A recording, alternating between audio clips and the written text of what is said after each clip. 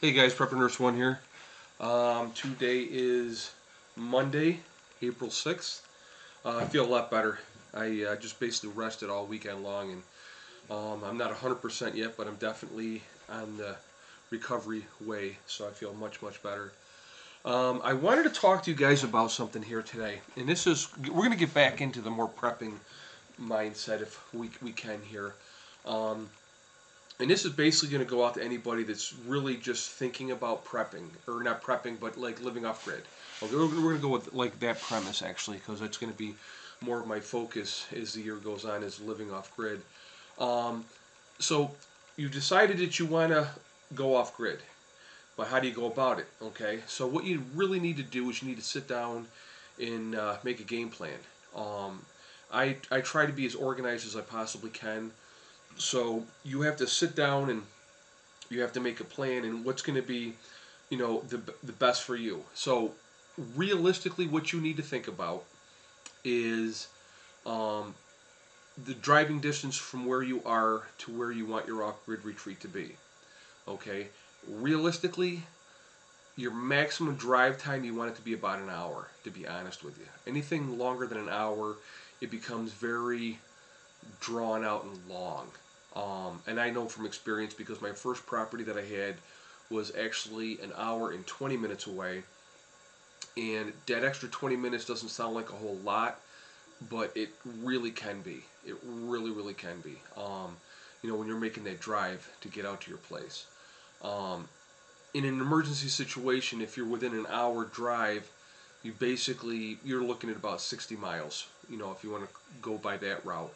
Um, so you want to look at that first. You want to be within an hour away from where you're located to where your retreat's going to be. Longer than that, I mean, it's going to take you forever to get there. If it's a grid down situation, and like if there was an EMP as a good example, I could be out at my property within inside of a couple of days. If I had it right now, get to my property. So, 3 days probably, maybe four max. Walking. Okay. And it really depends. I mean, if you're not used to walking and you got to pack and everything like that, it's going to be a lot more on you. But anyway, getting back to what I'm talking about. So you want to sit down and you want to make your game plan. Now, your place that you're gonna have your retreat at, you have to pick that strategically. Now, for me, what I was looking at is I didn't want to be in any valleys because I didn't want to ever have to worry about flooding. So I didn't want to be someplace that was ever going to be a flood zone.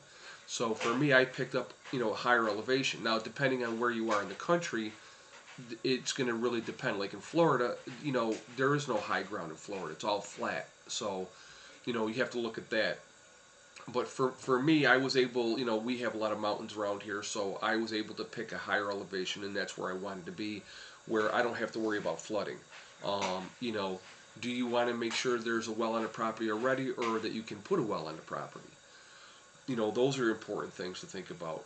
Location, location, location is key. I mean, it's like I am way out in the country, and that's exactly where I wanted to be. It's a perfect location for me. I'm close enough to a town where I'm not driving forever to get to the town, but it's not like right around the corner.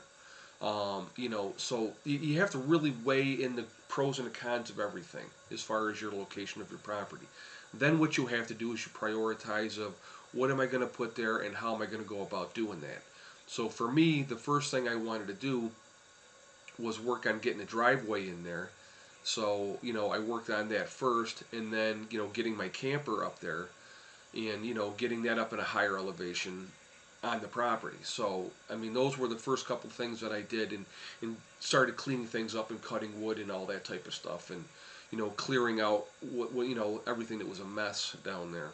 And I still got a long way to go, don't get me wrong, but, you have to make those priorities. Now, like I said, as I've said before, my priorities this year is getting the well hooked up first, getting my power source set up as far as my solar to start with, and then my third thing this year that I'm going to really focus on is getting something built over the top of the camper and around the camper, and then getting a wood stove in there, so that when the snow comes later this year, that we're going to be ready for the next, for winter. I can work inside that building all winter long, but as long as I can keep it warm, then that's going to be fine.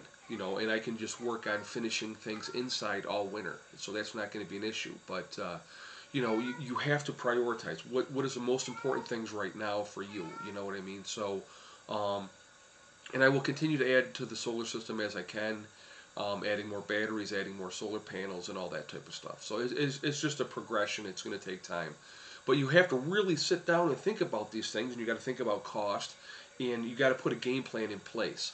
And you just it's very methodical steps. That's my advice to anybody that's looking to do this.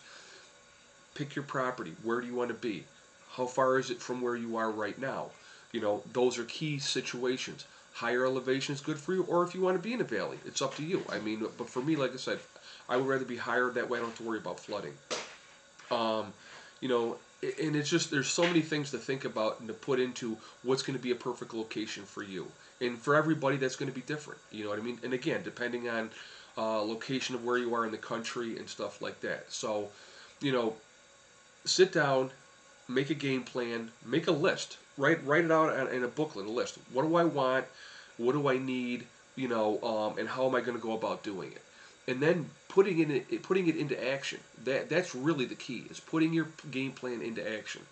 Do I have the money to make a down payment? Can I buy a piece of property with so much down and pay the landowner so much a month until the loan is paid off, and then it's your property? You know what I mean? Do a private loan that way if you don't have the credit to get a a loan through because like a bank's not going to give you a loan on a piece of land. You know what I mean? They don't like to do that. They want to have a house on there and something of what they consider of value. So just buying raw land now, or do I want to buy something that already has something in place? So all those things you got to think about before you set that into motion. So and everybody's different. You know what I mean? So it just something for you guys to think about. If you have any questions, feel free to leave me a message, and I'll try to answer your questions any way I can. And but like I said, being organized and setting yourself a plan and writing it down and following through is really, really important.